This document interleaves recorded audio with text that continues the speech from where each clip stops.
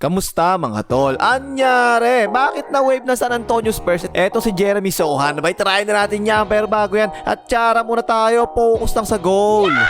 Okay, game. Eto, fresh na fresh ha. Kakabalita lang ng chismosa akong kapitbahay na wave na nga ron ng Spurs nung si Creo Sotyan. At sabi pa sa chismis mga tol ha, tinetrade daw talaga to ng Spurs eh. Pero wala silang makakuha trade kaya yan, natuloy na lang tuloy sa wave. Medyo surprising yan mga tol kasi 9th overall pick ng Spurs yan dati, diba? 2022 NBA draft. At 22 years old pa lang to mga tol, batang bata pa talaga to eh. This season talaga bumaba yung averages niya mga tol kasi noong first 3 seasons niya sa Spurs maganda talaga yung average niya eh, diba? Around 11 points per game tsaka 6 rebounds per game sa around 26 minutes kada laro. Pero this season talagang biglang bumaba eh, no? 4.1 points per game na lang at tsaka 2.6 rebounds per game na lang. Eh kasi ba naman 12.8 minutes per game na siya naglalaro at maraming beses siya binangko, diba? Kaya nga 28 games pala siya nakakapaglaro this season eh. So eto, kung titignan natin yung mga ginagawa niya sa court this season ha, eto shot niya mga tol, oh. Karamihan talaga ng tira niya sa loob talaga, diba? Meron din siya 7 tinira sa may free throw at mababa talaga yung percentage niya sa 3 points, namumula eh. Yan yung unang-unang problema kasi mga tol eh. Ang Spurs kasi this season pang 14 sila sa 3 point attempts per game. At dahil si Wembayaman, ang laro niyan galing sa labas yung atake, diba? Kadalasan talaga napapalibutan siya ng mga 3-pointer na mga kakampi niya. Para ganyan, tingnan nyo, oh. Kapag dumobble team sa loob na ganyan, di syempre pwede niyang ikikot palabas, diba? Yan na nga, portre, patay ka dyan. Si Creo Sotyan naman mga tol, dito mo pwesto kadalasan niya sa right corner. Decent naman siya sa pwesto na yan ha, 37.5% dyan, okay yan eh. At dahil mababa naman talaga yung percentage niya sa 3 points mga tol, 25.7% na siya sa 3 points this season. Ganyan, tingnan mo, iniiwanan talaga siya sa labas, diba? Para tumulong palagi yung depensa sa loob. Nalibre tuloy siya, portre, patay ka dyan.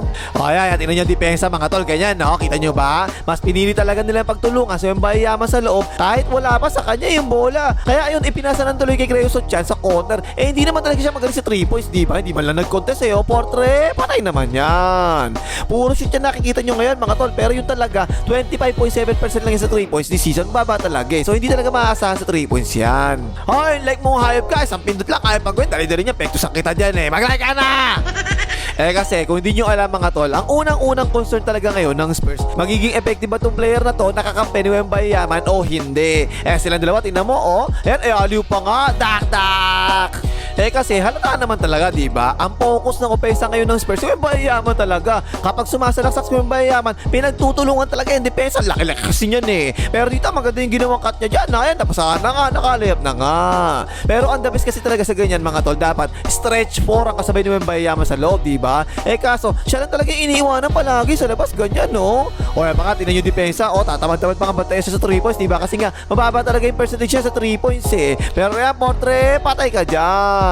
Pero kung inside scoring yung pag-uusapan natin mga tol ha, sa buong Spurs team siguro ngayon after ni Wembayaman, eh baka to si Creo Sotyan na nga susunod sa kanya eh. Pero kasi ang offense talaga ng Spurs ngayon, diba? From the perimeter talaga ang atake eh. Karamihan talaga ng players nila puro silang sak tsaka outside shooting yung ginagawa eh. At hindi talaga na ma-match doon ang skills nito si Creo Sotyan ha. Hindi siya masalaksak na tao, diba? At hindi rin siya magaling sa outside shooting eh. O baka sabihin nyo naman, tol, kaya naman niya sumalaksak, diba? Oo naman, kaya naman talaga niyan. Pero hindi talaga ganun yung style niya eh. Mas effective siya dun sa abang-abang lang siya ng pasa sa ilalim, diba? Dun maganda yung nilalaro niya, ganyan no, dak.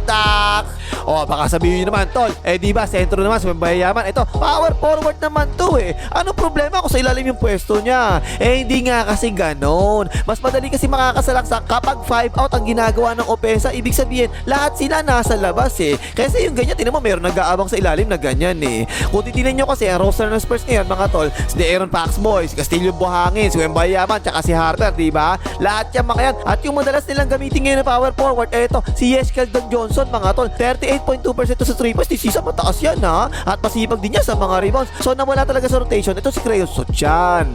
Eh kahit nga ito, si Carter Bryant, na rookie nila, diba? Mas ginagamit na nila ito ngayon kaysa kay Creo Sotyan eh. Last 2 games to si Carter Bryant, mga tol, 11 points, 3 out of 7 sa 3 points. Tapos 16 points, 3 out of 8 sa 3 points. O diba? Halata talaga, mas may tira talaga ito kay Creo Sotyan sa labas. At syempre, alam natin lahat, yung best skill talaga ni Creo Sotyan, sipag tsaka rebounding, diba? Wala na talaga, natabunan talaga siya ngayon kasi ang sisipag din pa ng ibang players ng Spurs eh. Kaya talaga nawala siya sa rotation eh. Uling taon na rin ang kontrata ni Creo Sotyan the season mga tol at gusto daw niya na mas mahabang playtime. Syempre naman bata pa yan eh. Pero hindi yung kaya ibigay ng Spurs sa kanya ngayon eh. Kaya yun, minabuti na lang ng Spurs na i-wave na lang siya kaysa makasira sa chemistry ng team nila. Kaya babay na sa'yo, Creoso Chan ha. I'm sure maraming Spurs fans yung naka-appreciate ng laro mo sa Spurs kasi masipag ka naman talaga maglaro eh. Pero hindi na talaga tumutugma yung laro mo sa laro ng Spurs ngayon.